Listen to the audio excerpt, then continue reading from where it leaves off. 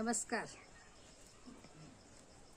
तर काल मी एकाच्या शेताला गेले होते आणि तिथं गेल्यानंतर फिरत असताना मला हे बघा एक छोटीशी वेल दिसली. हो का, ही वेल बघा छान. हो का, हिची पानं बघा. हो का, पानं. हे बघा, ही फुलं.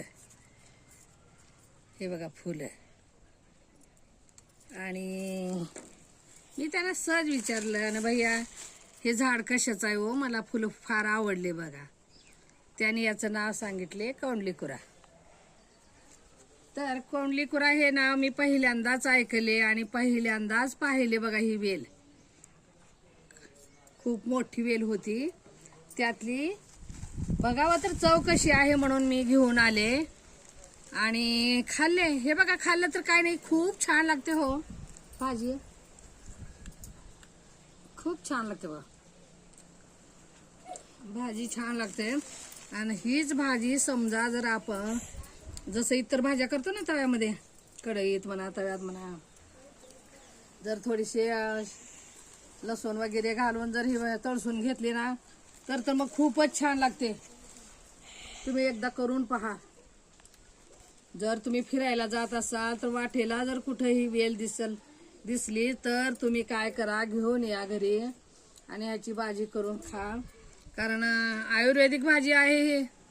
हे बघा फुलं मी दाखवत आहे, हे पानं दाखवत आहे. पानं पण पाहून घ्या. वेल आहे ही आणि भाजी तर छान लागते. आता बघा, मी माझ्या मुली आलेल्या आहेत. कारण खरं तर माझी शाळा ही 8 पासूनच भरल्यासारखी असते. 8 पासून मुली माझ्या घरामध्ये 9:30 पर्यंत असताना आम्ही 9:30 कधी 9 जातो. आता मी सगळ्याच मुलींना ही भाजी खायला देणार आहे.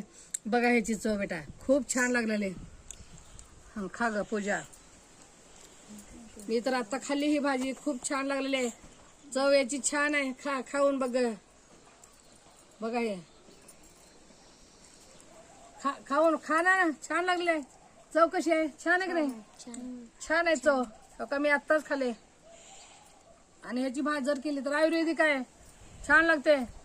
म्हणून अशा रानभाज्या तुम्ही शेताला जातो का नाही, सुट्टीच्या दिवशी तुम्ही पण शेताला जाता फिरायला इकडं तिकडं, तेव्हा हे बघा पानं असे आहेत. लक्षात घ्या पुरांनो, असे पानं. हे जर अशी फुलं वगैरे दिसले तुम्हाला तर ती भाजी घेऊन या तुम्ही.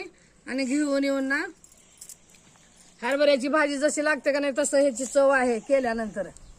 मी थोडी भाजी सकाळी केले, खाल्ले, पण मला लय आवडली ही भाजी. आता मी पुन्हा गेले ना त्यांच्या शेताला परत घेऊन येणार आहे.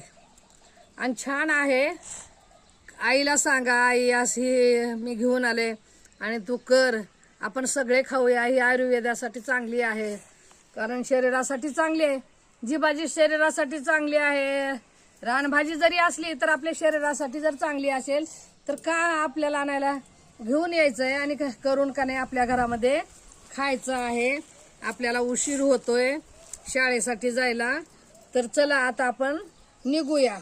तर मातांनो, अशी भाजी तुम्ही पण आणा. आता मी ही भाजी संध्याकाळी करण्यासाठी आता शाळेला निघालेली आहे. मुली माझ्या येऊन थांबलेल्या आहेत आणि आज आम्ही बोरसुरी वरणाची तयारी केलेली आहे. झटपट करणारे. चला जाऊया मग शाळेला.